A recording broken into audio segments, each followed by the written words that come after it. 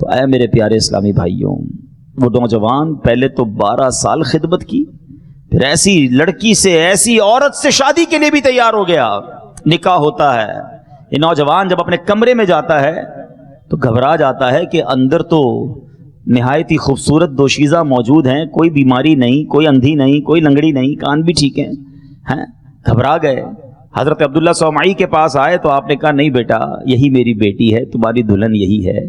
دراصل میری بیٹی کی میں نے بہت خوب اچھے طریقے سے تربیت کی ہے، میں نے جو کہا نا یہ اندھی ہے، یہ اس لیے کہا تھا کہ میری بیٹی نے کبھی حرام دیکھا نہیں ہے۔ جو میں نے کہا یہ بہری ہے، یہ میں نے اس لیے کہا کہ اس نے کبھی حرام سنا نہیں ہے۔ جو میں نے یہ کہا کہ وہ لنگڑی ہے، وہ اس لیے کہا کہ اس نے کبھی پیر حرام کی طرف بڑھائے نہیں ہے۔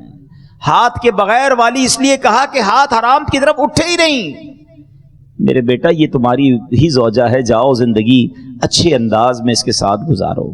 ذرا سوچئے گا یہ جوڑا کیسا تھا کہ ایک طرف ایسی پاک نیک عورت ہے، اس قدر پارسا خاتون ہیں، اور دوسری طرف جو نوجوان، ان کا نام کیا تھا؟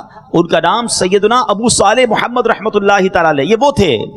اب ذرا سوچیں یہ دونوں جب ملتے ہیں، جب ایسا مبارک جوڑا بنتا ہے، تو آپ کو معلوم ہے ان کے یہاں اولاد کون پیدا ہوتی ہے؟ سبحان اللہ، ان کے یہاں کوئی اور نہیں، پیران پیر شیخ عبد القادر جیلانی رضی اللہ تعالی عنہ پیدا ہوتے ہیں۔ یہ غوث پاک کے والدین کا واقعہ ہے۔ اللہ اکبر۔